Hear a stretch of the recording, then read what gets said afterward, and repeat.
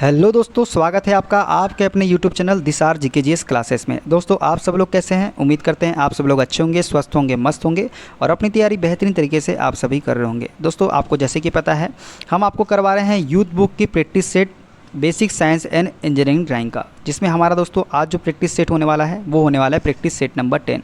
इसके पहले दोस्तों हमने आपको 9 सेट करवा दिया है। यदि आपने वह वीडियो नहीं देखा है तो सबकी हमने प्लेलिस्ट बना दी है, प्लेलिस्ट में जाके आप सारी वीडियो देख सकते हैं। दोस्तों वीडियो अच्छा लगे वीडियो को लाइक कीजिए, शेयर कीजिए, कमेंट कीजिए। चैनल पर नए हैं चैनल को सब्सक्राइब कर लीजिए पल पल की अपडेट के लिए।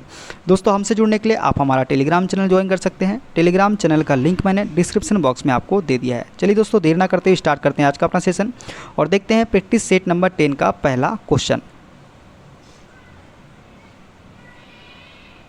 चंदोली राष्ट्रीय उद्यान किस राज्य में स्थित है? दोस्तों चंदोली राष्ट्रीय उद्यान जो है ये महाराष्ट्र राज्य में स्थित है। कौन से राज्य में? महाराष्ट्र राज्य में। बात करते हैं एक्स्ट्रा फैक्ट के बारे में दोस्तों, तो चंदोली राष्ट्रीय पार्क भारत के महाराष्ट्र राज्य में स्थित है। वर्तमान में भारत में कुल 106 राष्ट्रीय उद्यान स्थित है। 106 में से कुल 6 राष्ट्रीय पार्क महाराष्ट्र में स्थित है। लद्दाख में स्थित हेमिस राष्ट्रीय पार्क सबसे बड़ा राष्ट्रीय पार्क है। देखते हैं अगला क्वेश्चन। एक हॉर्स पावर किसके बराबर होती है? दोस्तों एक हॉर्स पावर जो होता है ये होता है 746 वाट के बराबर। ठीक है, एक अश्व शक्ति 746 वाट के बराबर होती है। मशीनों की शक्ति को अश्व शक्ति में व्यक्त किया जाता है। देखते हैं अगला क्वेश्चन। 80 किलोग्राम द्रव्यमान वाली एक वस्तु 60 मीटर प्रति सेकेंड वेग के साथ गतिमान है। वस्तु में उत्पन्न संवेग कितना होगा? दोस्तों संवेग बराबर क्या होता है? ये होता है दोस्तों द्रव्यमान इंटू वेग, मतलब क्या होता है m इंटू वी होता है। ठीक है, हमको m का मान कितना दिया गया है? ये दिया गया है 80 किलोग्राम। v का मान कितना दिया गया है? 60 मीटर प्रति सेकेंड दिया गया है। इसको जब मल्टीप्लाई करेंगे दोस्तों तो कितना आ जाएगा? 4800 मीटर 4800 किलोग्राम मीटर प्रति सेकेंड। क्या आ जाएगा? 4800 किलोग्राम मीटर प्रति सेकेंड। तो इसका राइट आंसर क्या हो जाएगा? ऑप्शन नंबर बी हो जाएगा। देखते हैं अगला क्वेश्चन। लंबकोणी प्रक्षेप में निम्न में से कौन सा प्रक्षेप बनाया जाता है? दोस्तों लंबकोणी प्रक्षेप में जो है ये तृतीकोणी प्रक्षेप बनाया जाता है। कौन सा? तृतीकोणी प्रक्षेप बनाया जाता है लंबकोणी प्रक्षेप में। लंबकोणी प्रक्षेप में वस्तु का प्रक्षेप बनाने के लिए केवल प्रथम कोण प्रक्षेप तथा तृतीय कोण प्रक्षेप का ही प्रयोग किया जाता है। इसमें द्वितीय कोण प्रक्षेप व चतुर्थ कोण प्रक्षेप का प्रयोग नहीं किया जाता, क्योंकि प्रक्षेप बनाते समय या तो वस्तु का सम्मुख दृश्य व शीर्ष दृश्य दोनों ही संदर्भ रेखा XY के ऊपर मिलते हैं या XY के नीचे, जिससे दृश्य की पहचान करने में कठिनाई होती है। कौन से? इसमें द्वितीय और चतुर्थ कोण प्रक्षेप में। देखते हैं अगला क्वेश्चन। ऊर्जा संरक्षण के सिद्धांत के संबंध में कौन सा कथन सही है? तो दोस्तों ऊर्जा का ना तो निर्माण किया जाता है और ना ही इसे नष्ट किया जा सकता है। ये क्या है? सही कथन है। देखते हैं एक्स्ट्रा फैक्ट के बारे में दोस्तों, तो ऊर्जा संरक्षण सिद्धांत के अनुसार ऊर्जा को ना तो उत्पन्न की जा सकती है और ना ही नष्ट की जा सकती है। यह केवल एक रूप से दूसरे रूप में परिवर्तित की जा सकती है। देखते हैं अगला क्वेश्चन। मंदता की अंतर्राष्ट्रीय एसआई इकाई क्या है? दोस्तों मंदता की अंतर्राष्ट्रीय एसआई इकाई जो होती है ये होती है मीटर प्रति सेकेंड स्क्वायर। क्या होती है? मीटर प्रति सेकेंड स्क्वायर होती है मंदता की अंतर्राष्ट्रीय इकाई। बात करते हैं एक्स्ट्रा फैक्ट के बारे में दोस्तों, तो किसी गतिमान वस्तु के वेग परिवर्तन की दर क्या बोलते हैं? किसी की गतिमान वस्तु के वेग में परिवर्तन की दर को क्या बोलते हैं? हम त्वरण कहते हैं। यदि वेग परिवर्तन की दर ऋणात्मक हो तो इसे मंदता कहा जाता है। मंदता का एसआई मात्रक जो होता है मीटर प्रति सेकेंड स्क्वायर होता है। देखते हैं अगला क्वेश्चन। पेंसिल के लीड का ग्रेड अधिक नर्म होता है। तो दोस्तों कौन सी पेंसिल का लीड है जिसका ग्रेड अधिक नर्म होता है? तो ये होता है दोस्तों 7B पेंसिल का ग्रेड। 7B पेंसिल का ग्रेड जो है अधिक नर्म होता है। बात करें एक्स्ट्रा फैक्ट के बारे में दोस्तों, तो पेंसिल की कठोरता व कोमलता इनके एक सिरे पर अंकित H व B अक्षरों द्वारा पहचानी जाती है। ज्यों-ज्यों H में वृद्धि होती है पेंसिल की कठोरता बढ़ती है। H मतलब हार्डनेस में, और जो B में वृद्धि होती है पेंसिल की कोमलता गहरेपन में वृद्धि होती है। देखते हैं अगला क्वेश्चन। कंप्यूटर मेमोरी कई सेलों से मिलकर बनी होती है। प्रत्येक सेल बाइनरी संख्याओं के रूप में खालिस्तान जानकारी संग्रहित करने में सक्षम होती है। तो दोस्तों कंप्यूटर मेमोरी कई सेलों से मिलकर बनी होती है। प्रत्येक सेल बाइनरी संख्याओं के रूप में एक बिट जानकारी, कितनी बिट? एक बिट जानकारी संग्रहण करने में सक्षम होती है। बात करते हैं एक्स्ट्रा फैक्ट के बारे में दोस्तों, तो मेमोरी सेल कंप्यूटर मेमोरी का बिल्डिंग ब्लॉक है। मेमोरी सेल एक इलेक्ट्रॉनिक सर्किट है जो एक बिट बाइनरी जानकारी को संग्रहित करता है। नोट में याद रखिएगा दोस्तों, बीट कंप्यूटिंग और डिजिटल संचार में सूचना की सबसे बुनियादी इकाई है। जो बीट कंप्यूटिंग है और डिजिटल संचार में सूचना की सबसे बुनियादी इकाई है कौन सी? Bit computing. एक बाइट डिजिटल जानकारी की एक इकाई है जिसमें आमतौर पर 8 बीट होते हैं। कितने होते हैं? 8 बीट होते हैं। देखते हैं अगला क्वेश्चन। पावर ट्रांसफार्मर की कार्यप्रणाली का सिद्धांत खालिस्तान पर आधारित है। दोस्तों पावर ट्रांसफार्मर की कार्यप्रणाली का सिद्धांत जो है ये फैराडे के नियम पर आधारित है। किसके नियम पर? फैराडे के नियम पर। देखते हैं अगला क्वेश्चन। एक बाइट समूह खालिस्तान है। दोस्तों एक बाइट समूह जो होता है ये 8 बिट्स का समूह होता है। कितने बिट्स का? 8 बिट्स का। एक बाइट में 8 बिट होते हैं। इलेक्ट्रॉनिक डाटा को मापने की एक यूनिट बिट कहलाती है।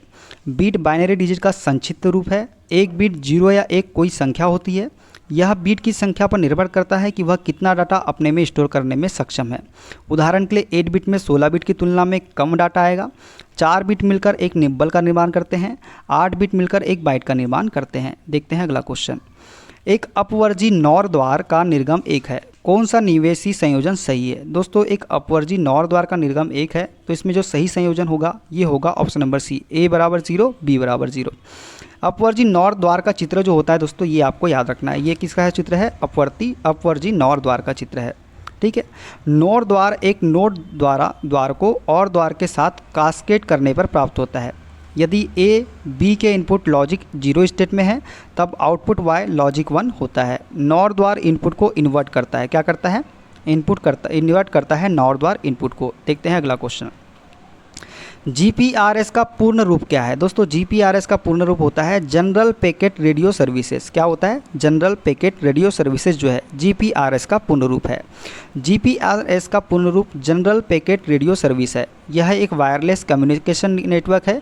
किसी मोबाइल नेटवर्क में GPRS के द्वारा हम डाटा या सूचना को एक स्थान से दूसरे स्थान पर भेजते हैं। देखते हैं अगला क्वेश्चन। एक कार एक बहिर्गत भाग से गिरती है और 0.9 सेकेंड में भूमि पर गिरती है। मान लीजिए G = 10 मीटर प्रति सेकेंड स्क्वायर।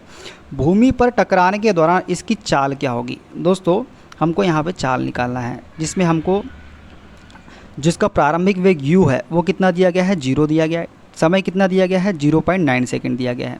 हमको इसकी चाल निकालना है, मतलब चाल या वेग जो भी है। तो हम दोस्तों v = u + gt का उपयोग करेंगे। किसका? u + at का या gt का उपयोग हम करेंगे।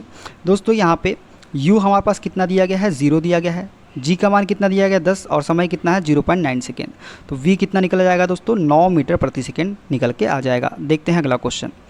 HP में स्थित एक बिंदु जिसका शीर्ष अवलोकन संदर्भ रेखा के ऊपर हो तो उसके अग्र अवलोकन की स्थिति कहाँ पर होगी? दोस्तों HP में स्थित एक बिंदु जिसका शीर्ष अवलोकन संदर्भ रेखा के ऊपर होता है तो उसके अग्र अवलोकन की स्थिति जो होती है ये संदर्भ रेखा के ऊपर होती है। कहाँ होती है? संदर्भ रेखा के ऊपर। यदि कोई बिंदु HP में स्थित हो तो उसका शीर्ष दृश्य संदर्भ रेखा XY के ऊपर प्राप्त हो तो इसका सम्मुख दृश्य संदर्भ रेखा में ही प्राप्त होता है। दोस्तों यदि कोई बिंदु HP में स्थित हो तथा उसका शीर्ष दृश्य संदर्भ रेखा XY के ऊपर प्राप्त हो तो इसका सम्मुख दृश्य संदर्भ रेखा में ही प्राप्त होता है। ठीक है, देखते हैं। और दोस्तों यह बिंदु द्वितीय या तृतीय चतुर्थांश में स्थित होगी तथा इस बिंदु की रेखा से वास्तविक दूरी शीर्ष दृश्य में ही दिखाई देगी। देखते हैं अगला क्वेश्चन। रेखा चित्र में दर्शाए त्रिभुज का प्रकार क्या है? दोस्तों रेखा चित्र में दर्शाए त्रिभुज का प्रकार जो हो जाएगा दोस्तों ये क्या हो जाएगा? विषमबाहु त्रिभुज। ये कौन सा त्रिभुज हो जाएगा? विषमबाहु त्रिभुज हो जाएगा, क्योंकि इसके तीनों कोण क्या है? बराबर नहीं है। ठीक है, देखते हैं अगला क्वेश्चन। यदि एक रेखा का शीर्ष अवलोकन एक बिंदु हो तो उसकी अग्र अवलोकन यदि एक रेखा का शीर्ष अवलोकन एक बिंदु हो तो उसकी अग्र अवलोकन क्या होगा दोस्तों? तो अग्र अवलोकन जो होगा XY के अभिलंब तथा वास्तविक लंबाई का होगा। यदि एक रेखा का शीर्ष अवलोकन एक बिंदु होता है तो उसका अग्र अवलोकन जो होता है XY के अभिलंब होता है तथा वास्तविक लंबाई का होता है। देखते हैं अगला क्वेश्चन।